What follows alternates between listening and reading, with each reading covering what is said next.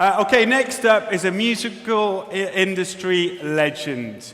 I don't know what state he's in right now, but we're sure as hell going to find out.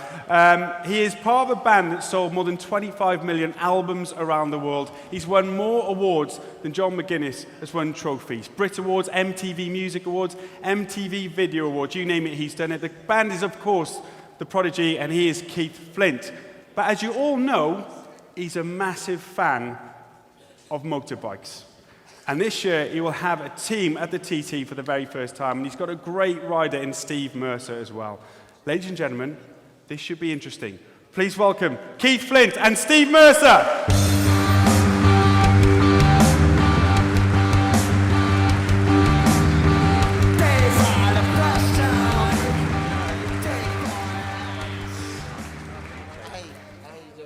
Hi, Keith.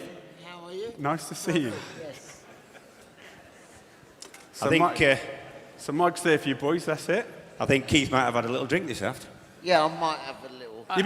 Keith, I've got to just ask, I did hear on the radio today, you didn't want to play with the carts. What was that about? I'll tell you what, with the BSB coming up, I was just needed on the phone and... Is that bullshit? Well, okay, so we went to the Northwest Press thing, we had carts. Josh Brooks beat the arse out of me. I couldn't have the same again. Okay. And obviously the fumes and everything else down there were awful. Yeah, exactly. Okay, you're just excited about being here, right? I know how much you're looking forward to this. I'm a fan that sort of built a team around a passion, you know, something that I really are really into. And yeah, of course, it's built on passion, and that's the best sort of driving force for any kind of motorsport, I think. Keith, I think people know about, obviously they know about the Prodigy and you, all that, but they don't think they know just how quick you are on a bike. You're a decent rider in your own right. Have you ever thought about coming in and doing the TT yourself? I always say that I won't do it because I think the riders that do the TT are a special breed. You know what I mean? So, you know, to line up on the TT course is a big thing. But I was just thinking for yourself to experience it, because I know you're race. I would love to, but it's not like you can come and do a track day here and just big commitment. And sort of build your, you know... I reckon we could arrange it. Yeah. Don't well, if you could, I'd do it, but I wouldn't belittle the people that are out there that are racing. Maybe not tonight. True warriors. You know, Yeah, you know. we can get you an entry in the Manx, I think, to help start him off. Now, Steve, pretty cool boss you've got.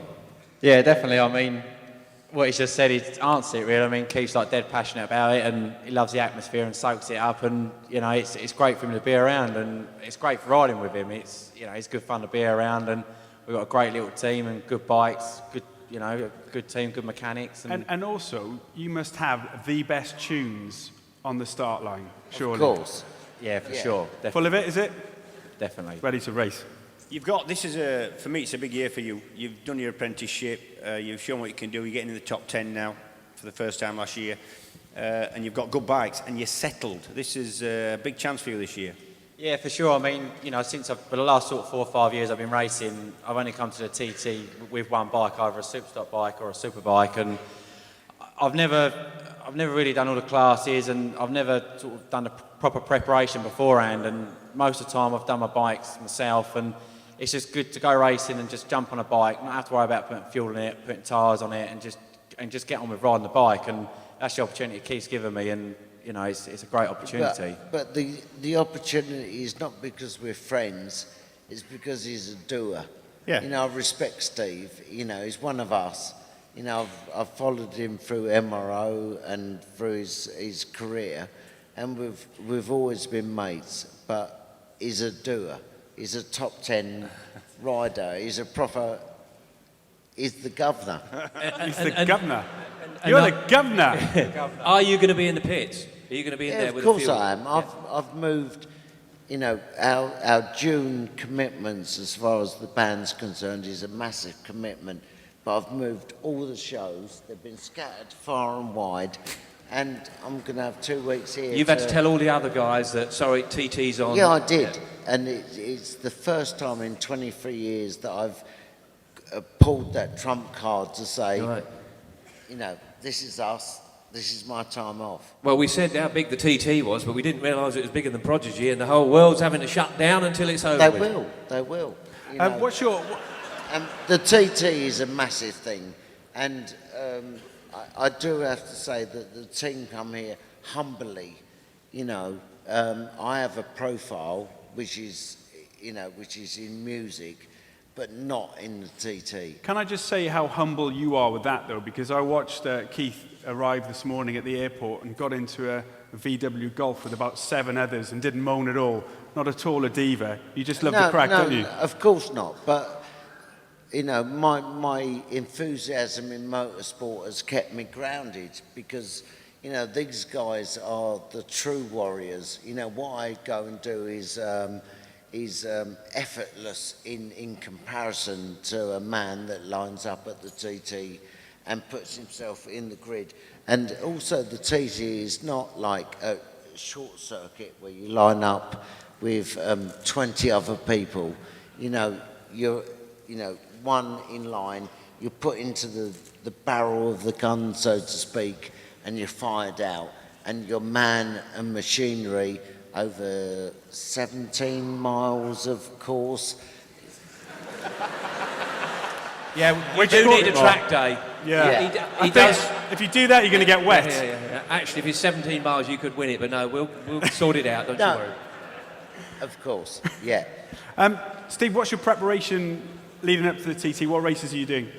We're going to do the Supersport Evo in the British Championship it was mainly just for a bit of track time, but now we've sort of got sucked into it a bit, and James Rispoli, who rides for the team as well, he's doing the main Supersport, so I'm basically going to sort of shotgun in really and do the Evo Championship and go from there, and we're going to do that for the rest of the season along with the Ulster Grand Prix and Macau. Have you ridden your TT big bike yet?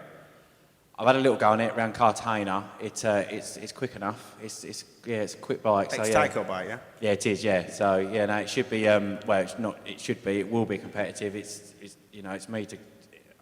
I'm the man who's got to pull the throttle open and get the bike around. The bike can get around quick enough. I've got to make it get around. So speaking of that, what's your sort of aspirations for this year? Well, it's hard to say really. I mean, I know where I want to end up. But I don't want to. I think that for us it's a safe race. Yeah. You know what I mean? As long as Steve betters himself and the team that's around Steve can make him get better track time and better lap times, I think that's the most important.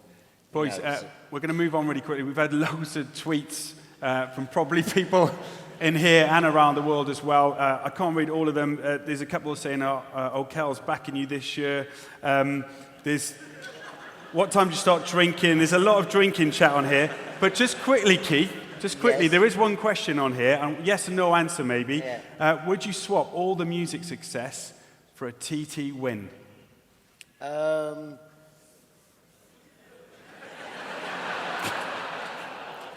think that answers it. Ladies and gentlemen, Steve and Keith.